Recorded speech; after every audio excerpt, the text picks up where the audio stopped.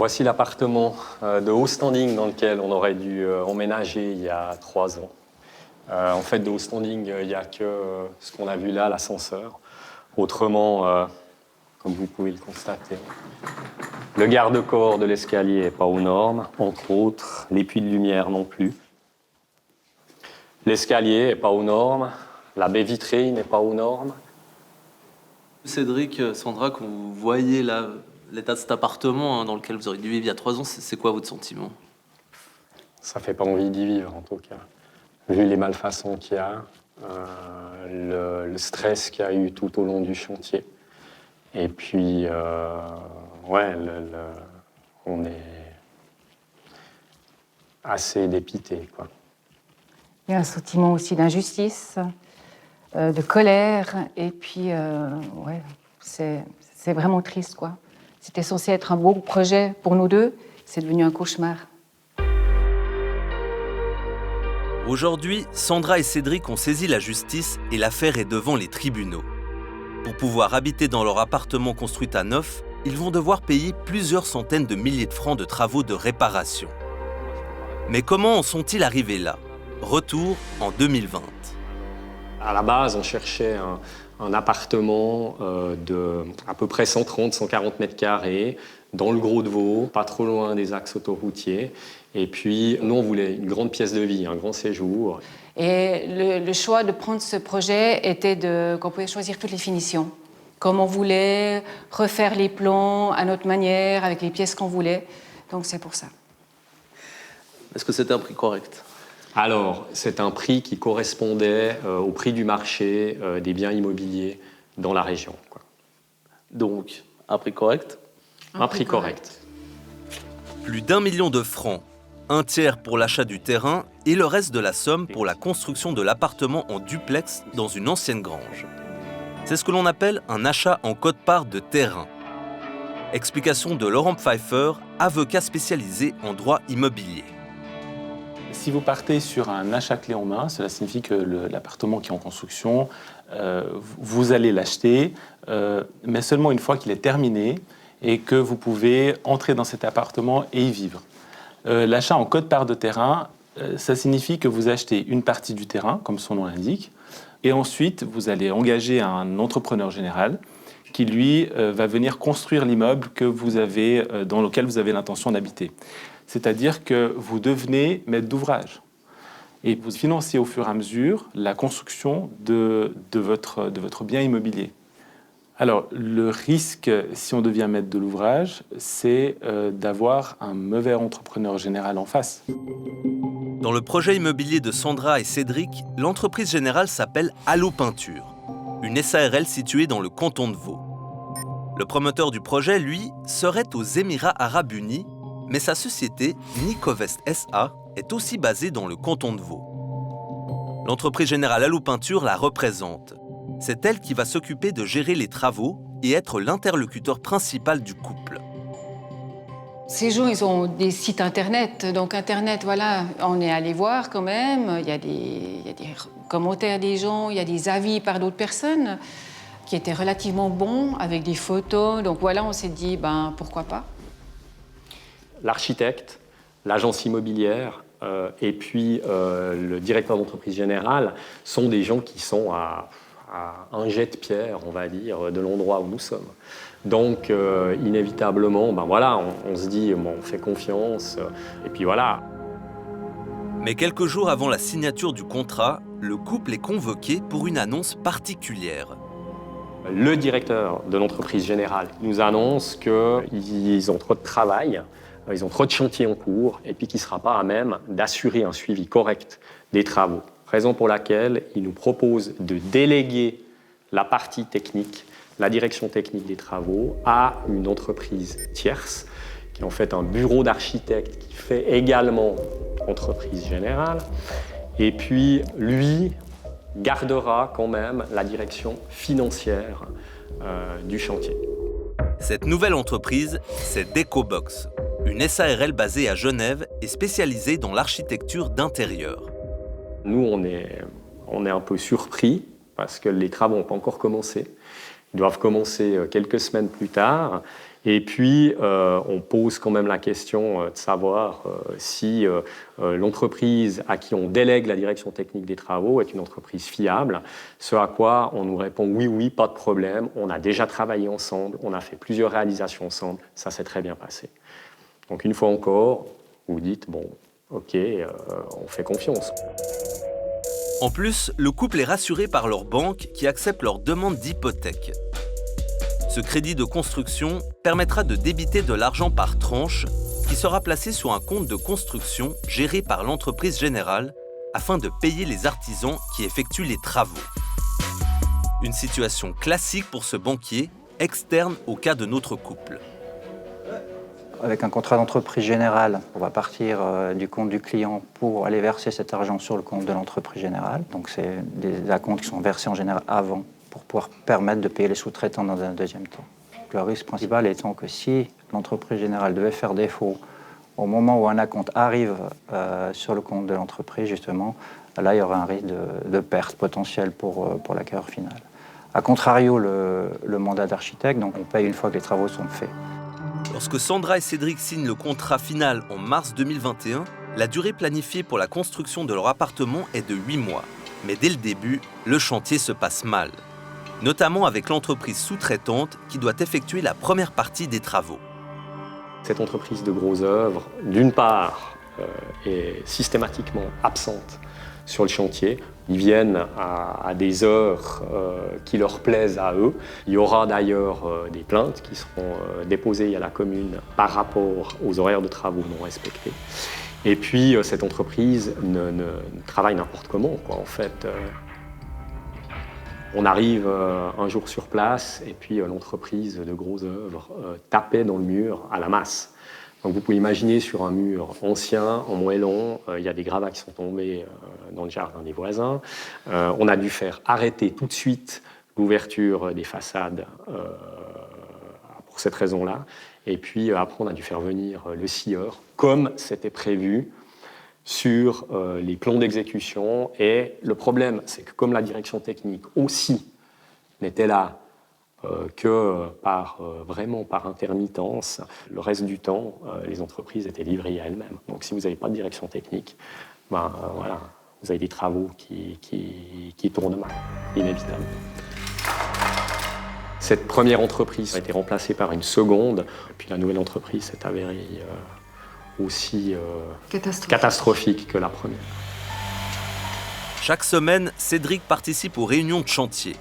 Lors de celles-ci, les aspects techniques liés à l'avancement des travaux sont très peu évoqués. Et principalement, on parle d'argent. Principalement. Moi, je n'ai pas été payé, moi non plus. Ouais, mais non, nous, on a besoin d'une avance parce qu'on a été chercher le matériel, etc., etc. Mais les ennuis ne s'arrêtent pas là.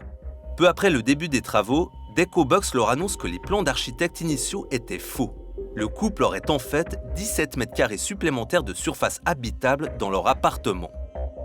La direction technique nous dit, écoutez, si vous n'êtes pas d'accord de payer, il n'y a pas de problème. On réduit délibérément la surface habitable pour correspondre à ce qui figure sur le contrat d'entreprise générale. L'architecte menace d'élargir les murs pour réduire l'espace, comme c'est indiqué sur ses plans.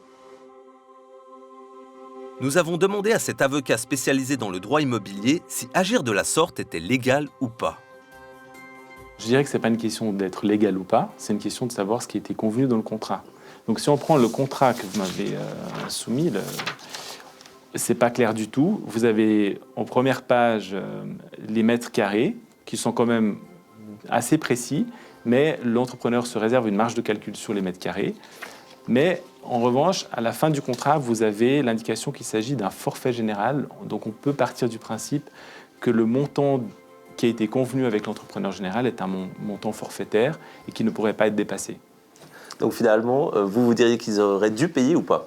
Je dirais qu'à première vue, ils ne devraient pas payer, et c'est peut-être même le signe que l'entrepreneur général n'a pas très bien calculé.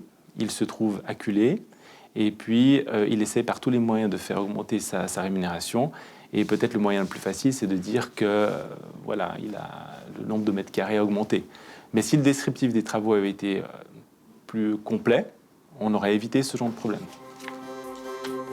Le contrat, justement, cet avocat l'a bien examiné. Il nous livre ses impressions. La première chose qui me saute aux yeux, c'est l'entreprise générale.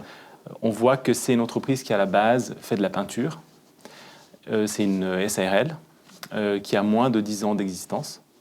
Et donc là, premier signal d'alarme, on voit que ce n'est pas son cœur de métier d'être un entrepreneur général. Donc ça, déjà, c'est la première chose qui saute aux yeux. Ensuite, évidemment, le descriptif est vraiment très, très lacunaire. Donc je prends par exemple là, juste sous le chapitre charpente-bois, on voit que 5 Velux sont prévus, mais on n'a rien sur la dimension, on n'a rien sur les caractéristiques du verre, on ne sait pas si les Velux sont manuels ou électriques. Ensuite, je vois par exemple que concernant l'escalier, il est indiqué escalier en bois, mais on ne sait pas quel type d'escalier. Est-ce qu'il est droit, quart tournant, demi-tournant? On ne sait pas quelle est l'essence du bois, on ne sait pas la largeur. Et tous ces éléments descriptifs, ils ont une importance énorme. Ça évite des discussions. Si le descriptif est lacunaire, l'entrepreneur va dire vous voulez une plus-value, et donc il va vouloir vous faire payer pour cette plus-value, alors que si le descriptif était complet, vous n'aurez pas eu ce problème. Le couple finit par céder et paye plus de 20 000 francs pour les mètres carrés supplémentaires. Ensuite, le chantier avance tant bien que mal, mais peu avant la fin des travaux, nouvelle surprise.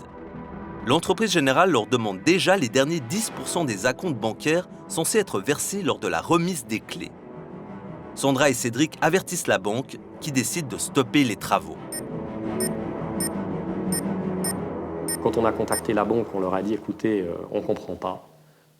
Maintenant, il n'y a plus d'argent sur le compte de construction ouvert au nom de l'entreprise générale. Comment ça se fait? On veut savoir. » Et là, la banque vous dit « non, ce n'est pas possible parce que le compte de construction appartient à l'entreprise générale. » Et là, vous ne pouvez plus rien faire parce qu'on n'a aucun droit de regard sur ce que fait l'entreprise générale avec l'argent. Le rôle de la banque est donc aussi de vérifier comment l'argent est utilisé par l'entreprise générale. Dans le cas de notre couple, il semblerait que cela n'ait pas été bien fait. En effet, vers la fin des travaux, Sandra et Cédric obtiennent une copie du décompte des paiements fait depuis le compte de construction géré par l'entreprise générale Allo Peinture. Là, ils découvrent que celle-ci et Nico West, le promoteur du projet, ont déjà touché une belle somme d'argent. Plus de 112 000 francs pour le promoteur et surtout 70 000 francs pour l'entreprise générale Allo Peinture. Cela avant même la fin du chantier.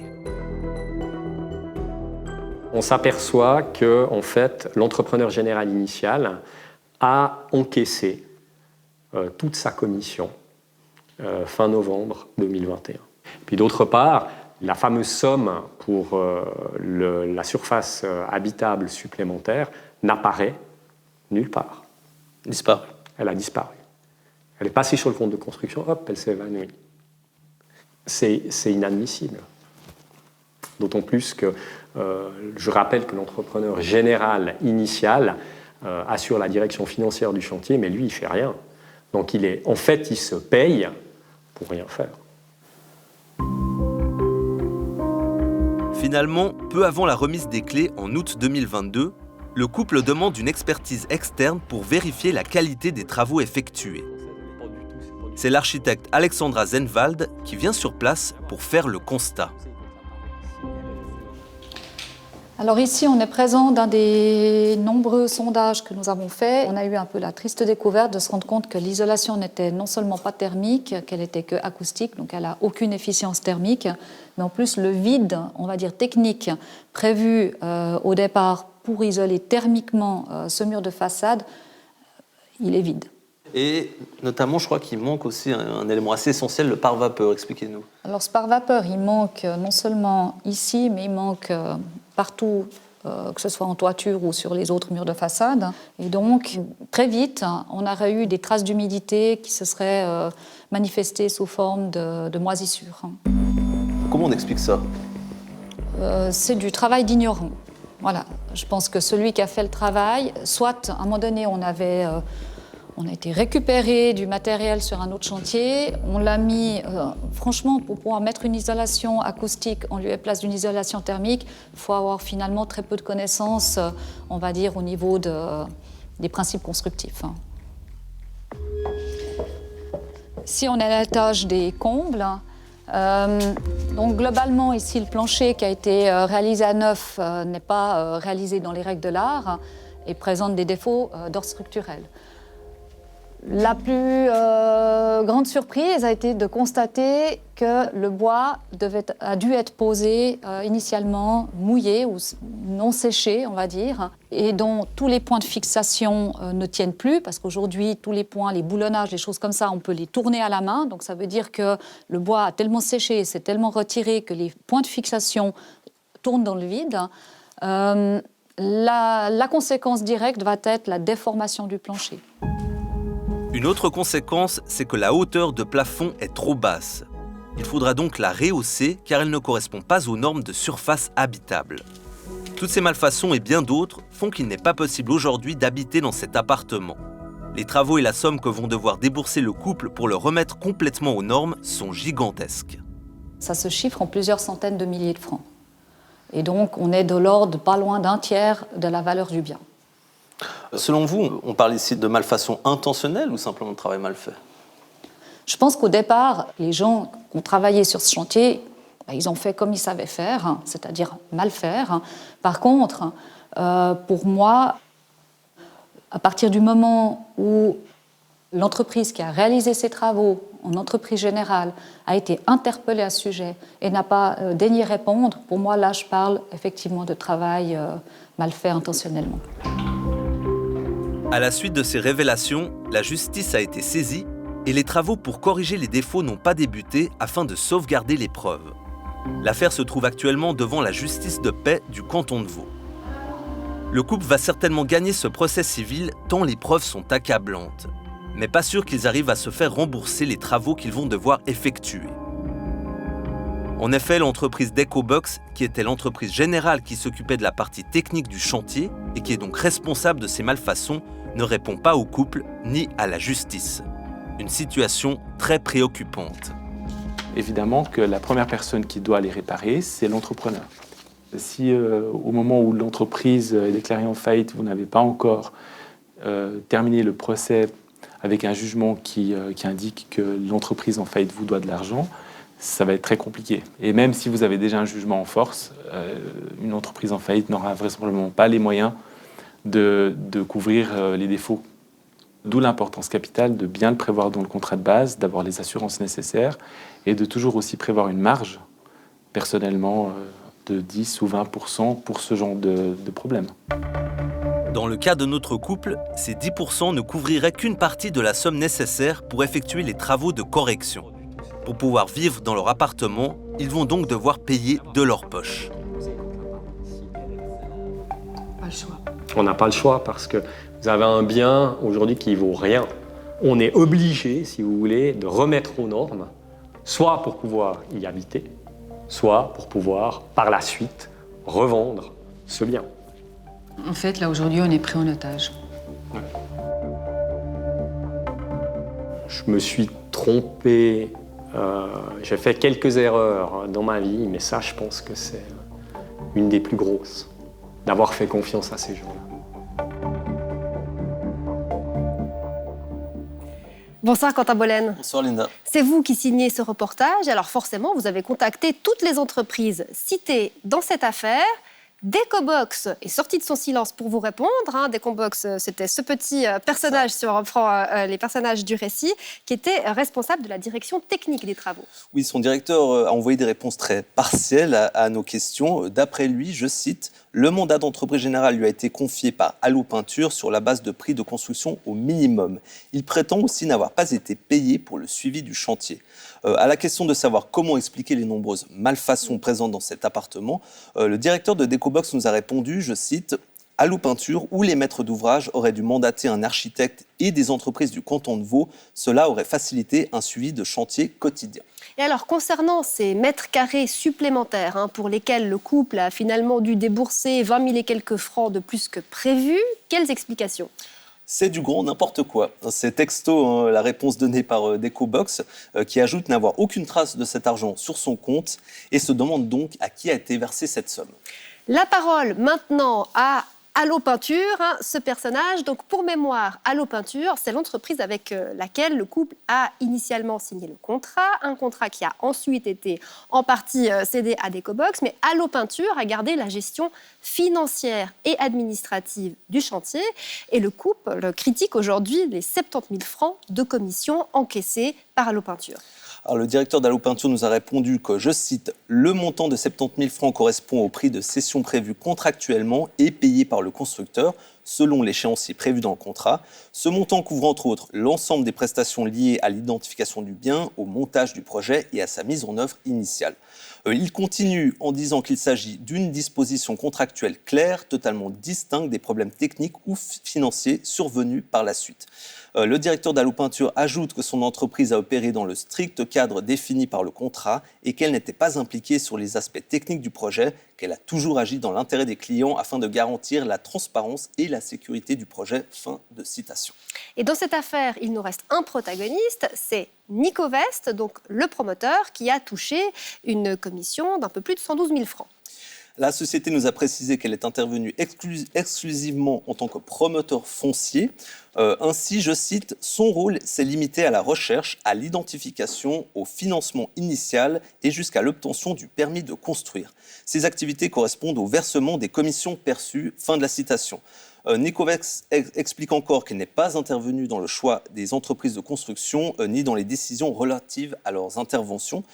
Enfin, pour conclure, Linda, Allo Peinture et Nico West assurent n'avoir pas été au courant des nombreuses malfaçons ni de la procédure civile en cours entre les propriétaires et Decobox.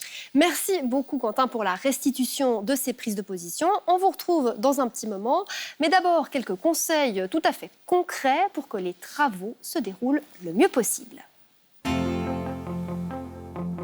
La Suisse n'échappe pas au problème de défaut de construction.